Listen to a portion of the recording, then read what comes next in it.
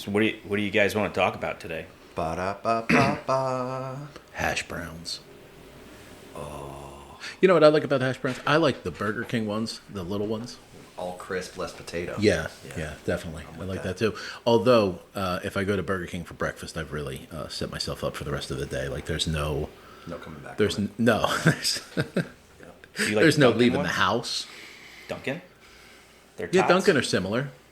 They got a little too fake garlicky taste for me. The Dunkin' A ones. little bit soft too. Yeah. Yeah. It's got to be the right Dunkin'. Yeah. They are so hit or miss. They're either like just inedible and disgusting, or like pretty freaking good. Yeah. In my opinion.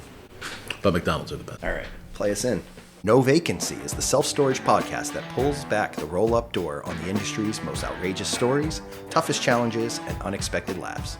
Hosted by the team at Access Self Storage, each episode brings together real operators, sharp marketers, and off-the-wall personalities to talk about what really goes on behind the gate code.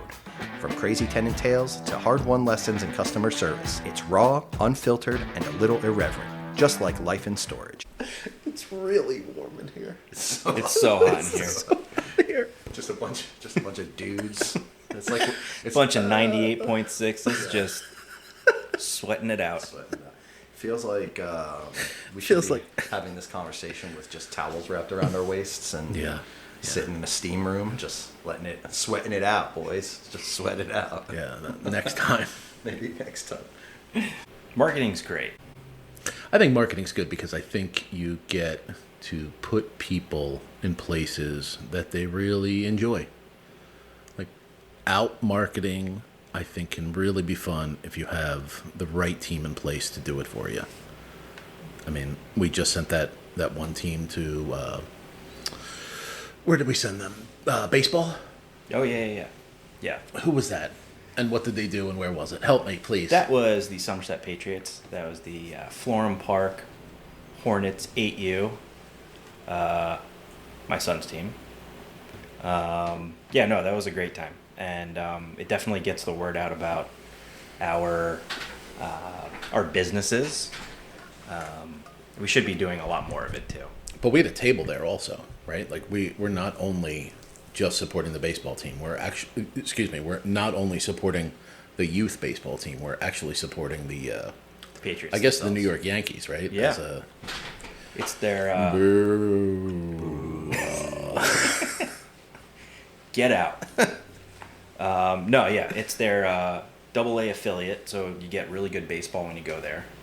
And the kids had a blast. And yeah, like you said, we usually, I think 3 times during the season, we'll have like our people staffing a table, just to kind of talk about storage and what we do and why we're the best. Do you look for a return on that, or is that just a good time and part of doing business? I think it's really more branding. I mean, you're tackling like most of New Jersey. It's in, I guess you'd say, central to northern New Jersey, but you get people from all over the place. But any kind of rentals that come in through that is a bonus. I think it's really more top of funnel. Just like branding, getting our name out there. I mean, that's why everybody else does it. That's why all the corporate sponsors do it, right? Right. Nobody is going to a Flyers game and saying, "Yes, Independence Blue Cross, finally." Right. Right. Okay. Yeah. It's never a decision-making thing. It doesn't push anybody over the finish line. It has become a huge like differentiator for Access to do it. Like event sponsorships, the Patriots, like we do. We did a lot more of it when I first came on, and then the pandemic hit and it got a little bit harder to do it, but I think we're in a good place to get back to it. Do you find that it's a challenge with our third-party management clients, the owners that we manage for, to get them to buy into marketing initiatives like this that don't have an obvious ROI that's trackable? I think getting them to buy into a lot of marketing initiatives are tough. I think it's especially something like the Patriots. I had been talking to the rep over there for probably 2, maybe 3 years before we had Arthur's come on board and say, let's do it. But I think we need to be doing more of that. It just shows community involvement, especially with a team like the Patriots that has an affiliation with the Yankees. It's kind of a win-win. Are you ever concerned that if there's not any hard data, that campaign could easily go away the next year? For me, no, but it's tough to be able to explain that to owners and management that there may not be like a tangible ROI that I can show you, but like having that branding so that when people need storage, we're top of mind.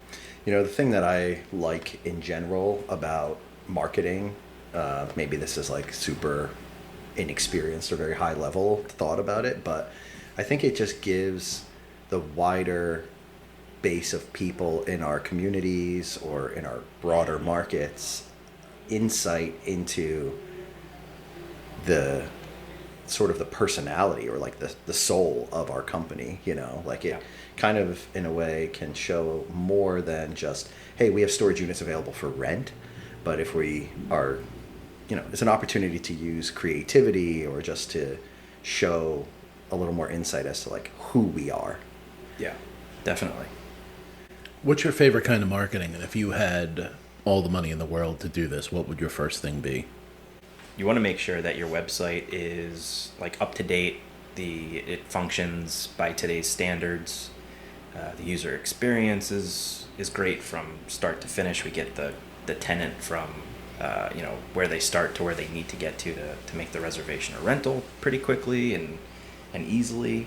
And then after that, you have to take care of SEO, and because AI is becoming such a big part of everything now, you need to start kind of optimizing for that. And then after that, I'd probably get into some paid stuff. I don't think you need to spend a fortune on like paid search. I think there's a lot more campaigns that give you a lot more bang for your buck. But storage is such a local business that you have to be doing the stuff that we've been doing, like the partnerships with local businesses, the event sponsorships, we have the giving program with all of our local charities. So that's incredibly important. So you mentioned partnerships with local businesses. If you're seeking out a partnership with a local business, are you basically just looking for like a referral funnel?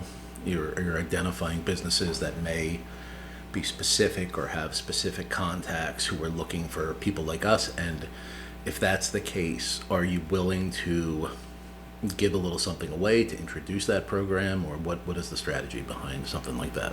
Yeah, I think for the most part, like we have a referral program, and to get things kicked off, maybe something like that. If you can, trying to find another business that's kind of in the same space or similar space just makes it a little bit easier.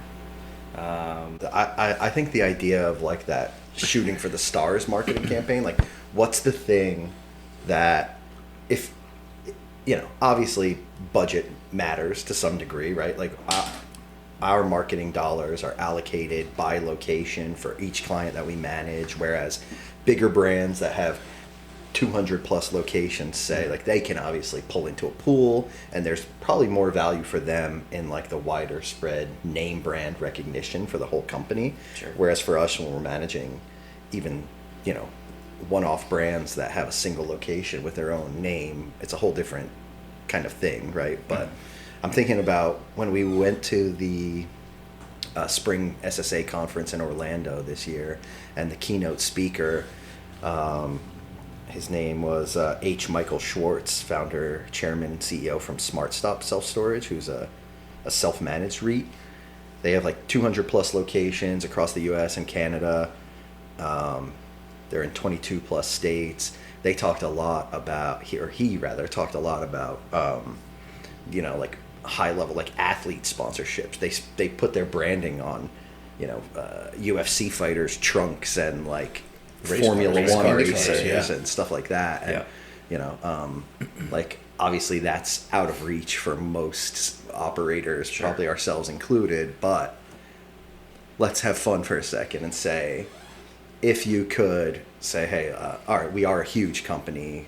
Budget is part of the equation, but not the final determining factor. Mm-hmm. What do you think would be your like pie in the sky kind of marketing campaign?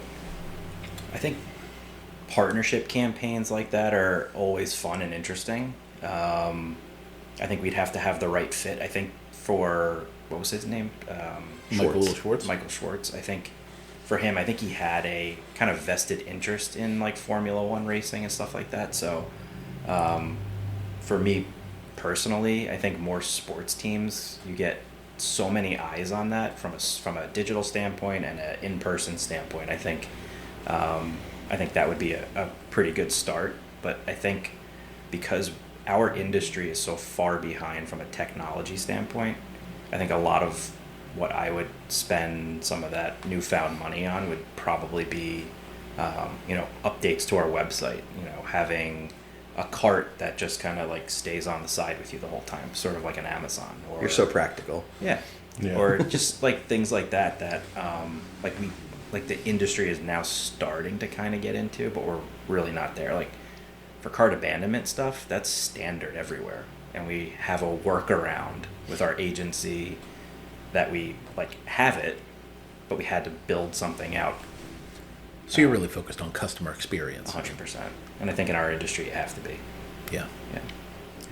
We'll be right back. Access Self-Storage is a family-owned company that's been helping people since 1976. Founded by Foy and Ken Cooley, Access built the first self-storage facility in the greater New York, New Jersey metro area.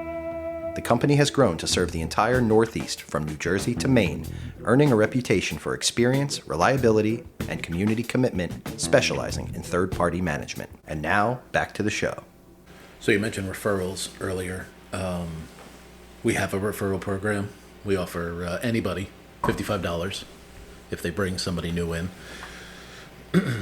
You like that program? What needs to change about the program? I like the program. What would you recommend for others trying to get that started?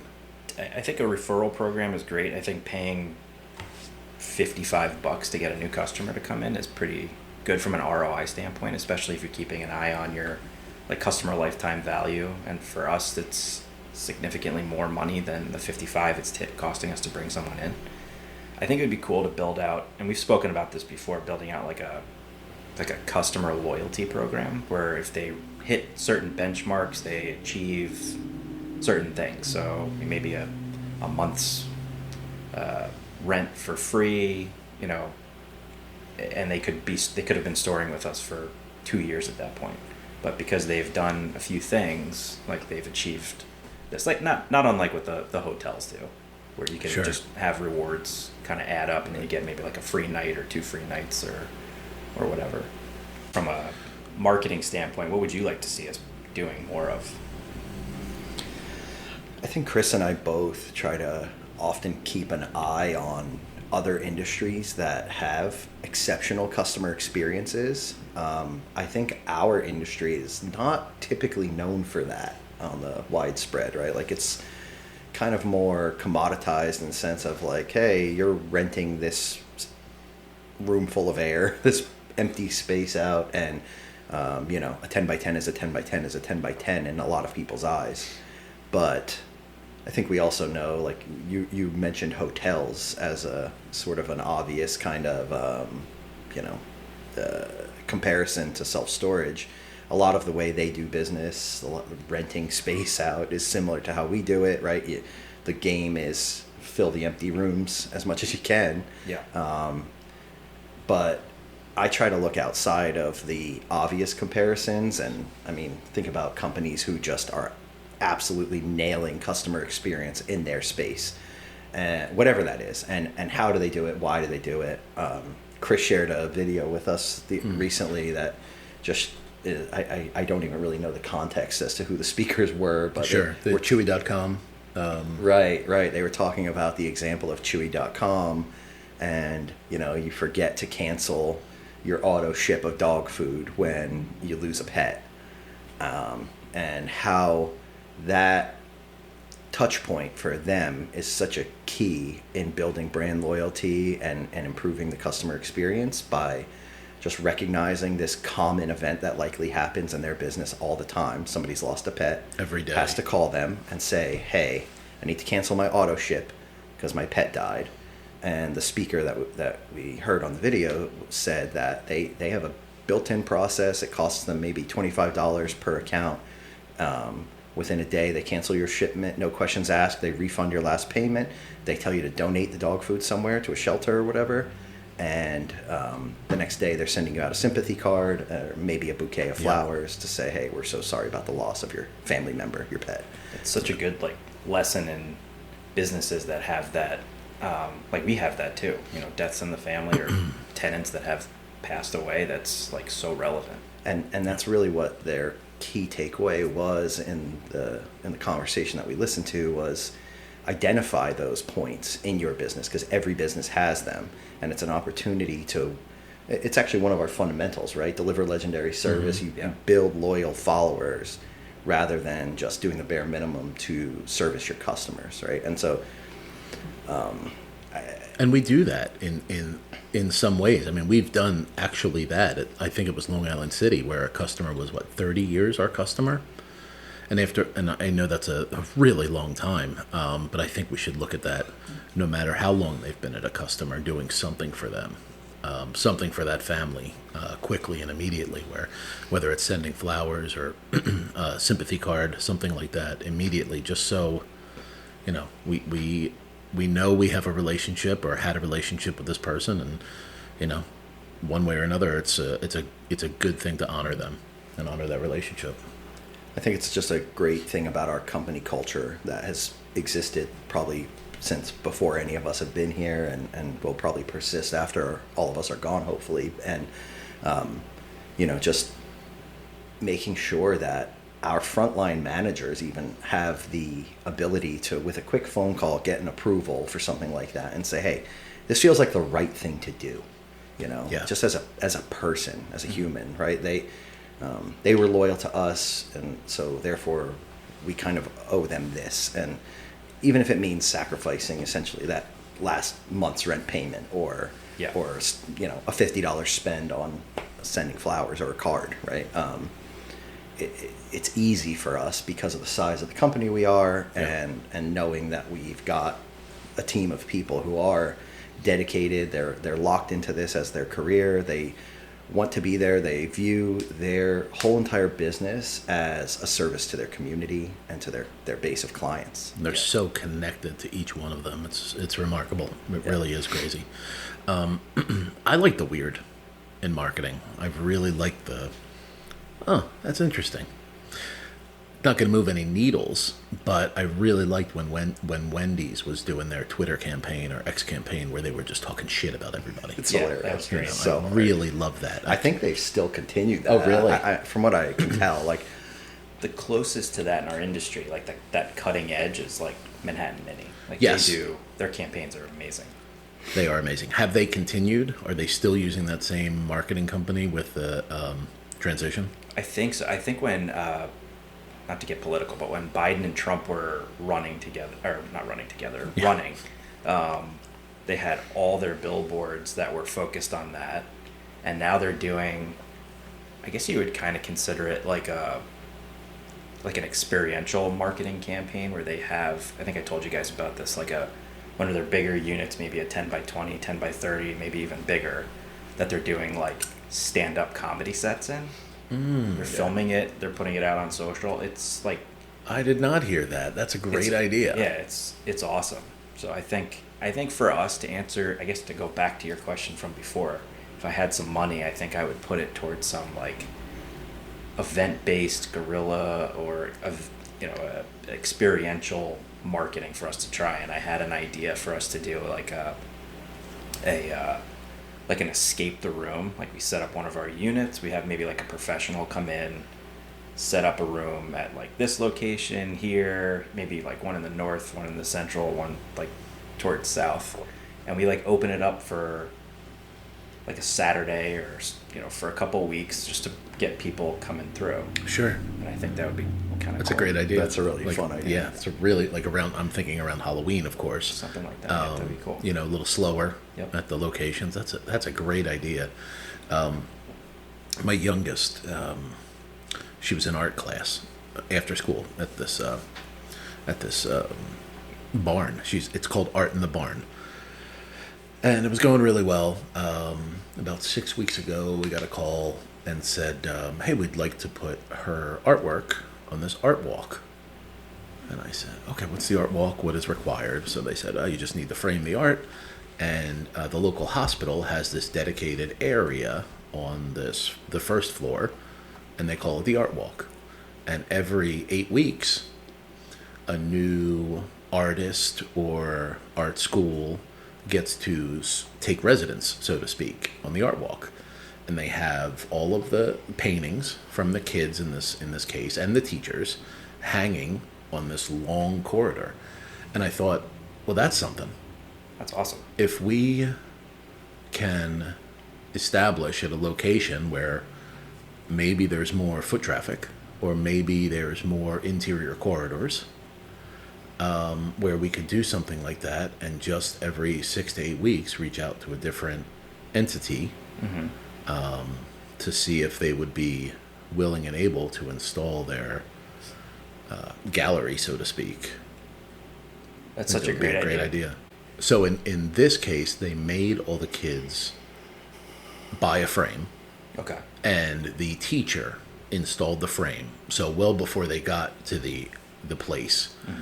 And I think in the corridors, they just had the hooks waiting there. So they could just boop, boop, boop, boop, boop, right down. So I think to save yourself from having to mount little Billy's chalk Not more art. posters. Yeah. Well, that went so well the first time. Maybe we could just have, when we swap it out, just have the support system up there. But I think that would be a good idea. It doesn't even have to be a hallway. It can be inside a large storage unit. Just create a gallery along the wall. It's a great idea. We'll be right back. Whether you're a facility manager, owner, vendor, or just someone who's curious about what happens when the auctions are over and the gate closes, No Vacancy delivers a smart, funny, and authentic take on the business. With guest interviews, honest debates, and plenty of laughs, the show puts people first. Because behind every unit, there's a story worth telling. Now back to the show. So I've seen the documentaries about Woodstock '99. It was, right in my wheelhouse. Yeah. So I was really, really passionate about that type of music. So much great music. So much there, great but music. Is that the one that But they set it on fire. Yeah. That was the one they set on fire. They did a documentary on it, right? Two of them, yeah. So Netflix does one documentary on them, and it came out, I think it came out during COVID. So my wife and I are watching it, and I've never heard, well, let me get to it. So we're watching this documentary, and they're talking about all the bands, and they were talking about Korn. And Korn, I think, had one of the big slots Thursday, the biggest slot you've ever seen, Thursday or Friday night. And they brought the house down. Like, Shane Gillis was definitely correct. They had the whole crowd. It was just a sea of people up and down on every downbeat, right, of the drums. So they were really worked up to a fervor. And who comes on after Korn to close the show that night is Bush. Now, Bush at the time is one of the biggest bands in the world, and they got a great front man and all that stuff. So they're talking about this on the documentary, and my wife is sitting on the love seat, and I'm on the couch. And Gavin comes on shirtless, and I've never heard my wife make the following sound. I looked over at her, and I said, "Really? Okay? Gavin, 99? And she said to me, that was it. That was the first time she ever made that sound in my presence. And the last time she made that sound in my presence. So, oddly enough, thanks, I Korn. make a similar sound when I see Gavin Rosdale. Well, that's good. Good for you. Well, that makes me feel a little better. So it's not just her. That's great. Yeah, that's quite a change of energy, though, from what Korn was bringing to Bush. Yeah. I mean, Bush was very post-grunge, kind of pulling off that early '90s sound and trying to bring it into late '90s, and it kind of make it poppier. There's a big turn that happened after that in rock music, and things got kind of crazy there. Yeah. For the yeah, next, they lost its way. It lost its way for a while. big time. Yeah. Big time. But I don't know if you've seen Limp Bizkit, a little bit of a comeback, because they're opening for Metallica. Yeah. On their 72 hours tour, and I've seen some of the videos of Fred, and I got to tell you, I'm a little nostalgic hearing break stuff, played at 3:30 in the afternoon in the Pittsburgh Pirates stadium. It brought me back a little bit. He's still getting it done. He's a crazy weird dude, but he's still getting it done. I guess good for him, but also for me, that music just does not hold up. Like, if I hear it once in passing on a short, reel or something, like a 30-second clip, I'm like, all right, good for them. But I can't tell you the last time I would have gone out of my way to listen to Chocolate Starfish and the hot dog flavored water. Yes, it was hope you were dropping that one. Awful. $3 bill, y'all. Mm-hmm. That was the better Limp Bizkit album, if I recall. Wow, that's good knowledge. So we talked a lot about marketing, as a result of what we can and can't do with the size of our properties and portfolio, and what we like to do with grassroots marketing. But I mean, how much are the big players spending in comparison to us, and how difficult is it to compete with them on a web level? So it's tough to compare because they have like thousands of facilities, right? Extra spaces. What did we say? 3,500. Over 3,500. Yep. So if they're spending, like in the month of May, maybe between $6 and $7 million, you're like 2,000 average across all their facilities. Now you have like the tertiary markets that aren't going to be spending that kind of money, and you have like the primary markets that are going to be spending a heck of a lot more than that, just because of the competition. When you say 6 to 7 million, do you know what they're spending that on? Is there a direct link to some type of marketing, or is that overall? That's not overall budget, I imagine. Yeah, the only thing that we can see is that it's like paid media, like digital spends. But I'd have to I don't even know if we have the access to like what campaigns specifically. But it's definitely digital, so it's not even really accounting for any partnerships they might be doing with like a stadium nearby or something like that. So, but that's a pretty big chunk of change for a company to be spending. How do you compete with that? Like we had mentioned before, we have to make sure that our SEO is taken care of. You're showing up in the search results in the the top organic section. I think that the users today and customers today are way more savvy than they used to be. I think that's different. What are they looking at? So in my opinion, I think paid search is becoming more of like branding, and people are getting to a point where they know to go past the paid ads to the organic section. And that's where companies put in a lot of work. If you're doing the job correctly and you're showing up in the 1, 2, 3 positions for specific keywords, like that's where people are going to click. There, and the map pack, you have to make sure that you're coming up in like the first 3, 4 before you have to click to expand the map pack to see all the businesses in the area that you're looking for. You really got to try and show in that first 3 positions. And generally across our portfolio, we're there organically and in the map pack. So what's the secret formula? I mean, for people listening who want to compete with those guys in their area, what can they do on a local level, on an internet level, that will get them growing in that direction? Other than spending $6 million. Right, other than spending money. And so what you're talking about here is the O in SEO, right? The point is to optimize your stuff, your page, everything, to make sure that you show. So you need to constantly be on top of your website and make sure not only is it functioning properly, making sure that it's responsive on any platforms, specifically mobile devices now, just because that's where all of like the traffic is migrating to. What's the percentage mobile now versus probably desktop? 75%. 70 easily. Yeah. Okay. Oh, yeah. And then you need to make sure that your cart for both rentals and reservations are easy to get through. For us, it takes a person 5 minutes, maybe 5 minutes to get through our rental process online. You do that in the store, it's probably like 10 to 15. So we're Sure. saving people time. You get some better deals online, so you're saving some money. But then beyond that, you really need to take care of like that SEO aspect, which is making sure your website is optimized from a keyword standpoint, and not just making sure that you're using all these keywords just like It's got to be splattered like all some over meat the place. behind it, right? 100%. It has to be conversational, and the more conversational you can make it, the more you're going to be prepared for AI. And you need to be constantly updating it. It can't just be something that stays the same. We're constantly updating our H1 tags, which are basically the headlines of each page. So when someone comes to like our Saddlebrook location page, it says climate controlled storage units, Saddlebrook, New Jersey. That's basically telling Google this entire page is about what you're seeing here. And the more relevant that can be to this content and to the user's search, the better you're going to do.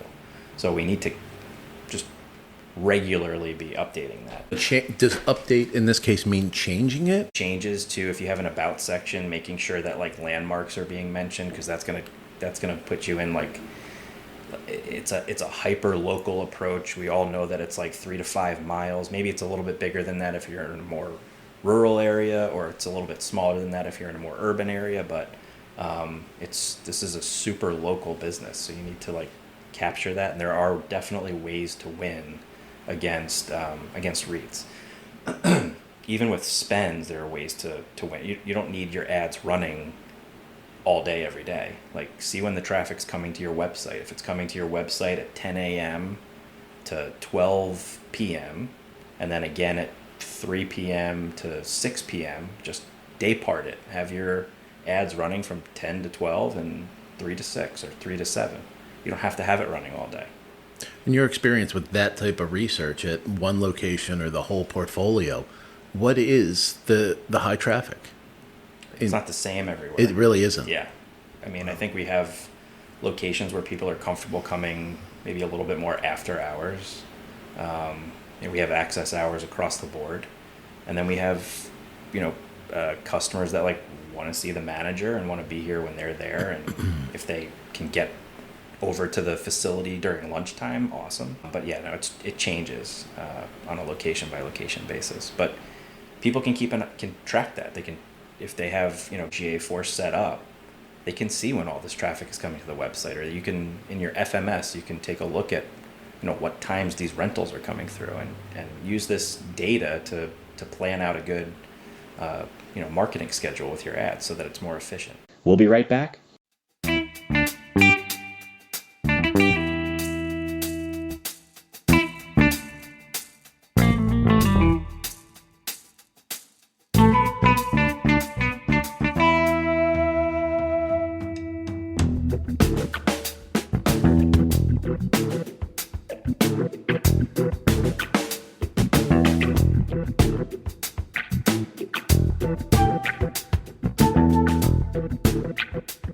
Back to the show.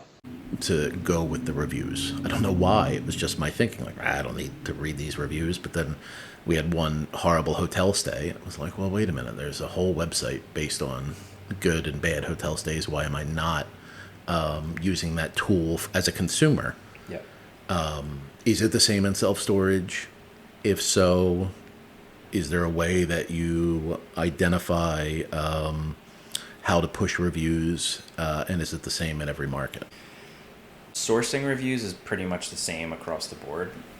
We try to solicit reviews from new customers right after they rent with us. We have different ways that we do it. We could do it through text, we do it through email. We have it at the end of the online rental process, so when someone is finished with their rental online. But when you're a tenant looking for a facility, you should be looking at, I would kind of almost take out like the 5-star and take out the 1-star and just take a look at what people are saying in the middle, because I think those are really telling. So anything from 2 to 4.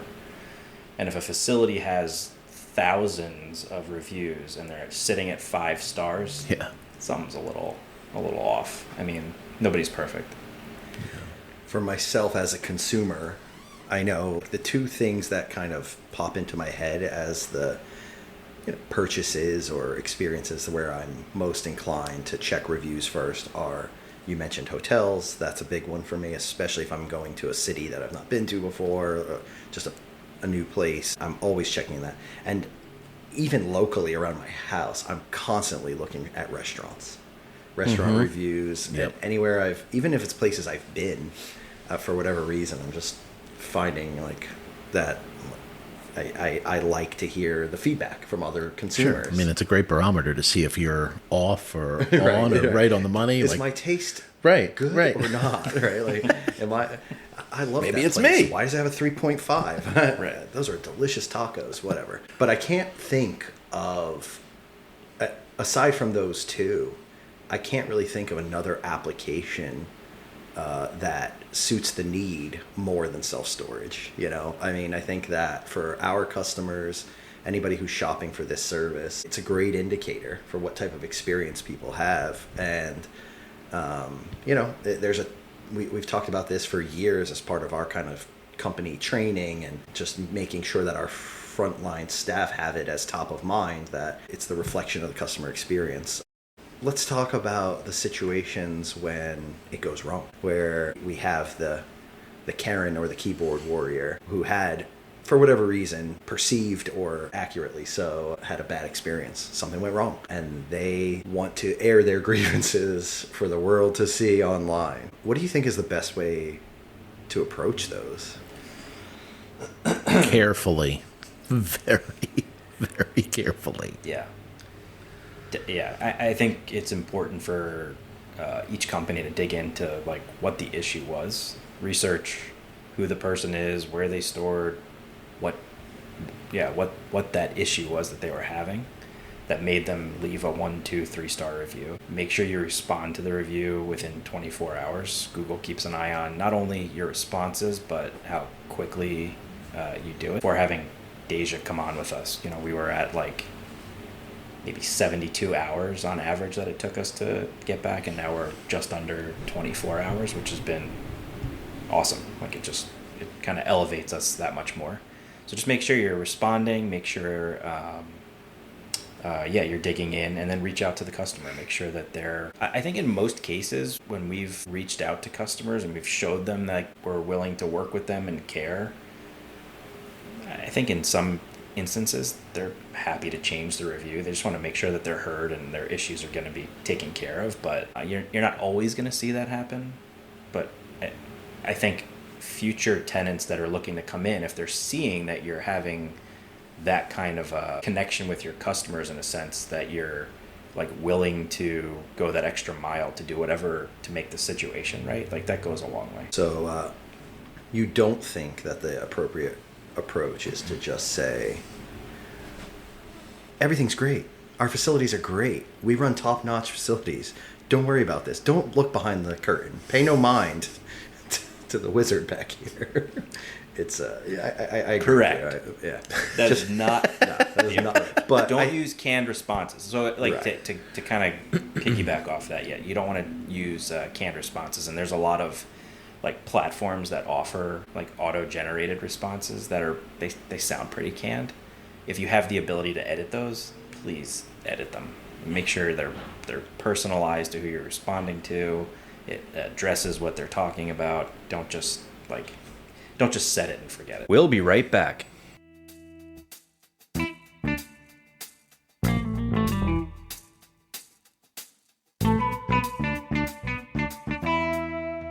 Now back to the show. So that's my first concert, Beach Boys. Really? Valley Forge Music Fair. And it was a stage. I'd never seen him. I was like 10 years old, I think. And Brian Wilson was not in the band at the time because I think he was going through some of his troubles. But so the stage, it was in the round. So the performers were in the center and it rotated. Oh, that's so cool. It was incredible. But yeah, I really nailed it with my parents. Nailed it that year. The non-Brian Wilson, non-Stamos years of the Beach Boys is what I saw. Still a good show, though, for my first show.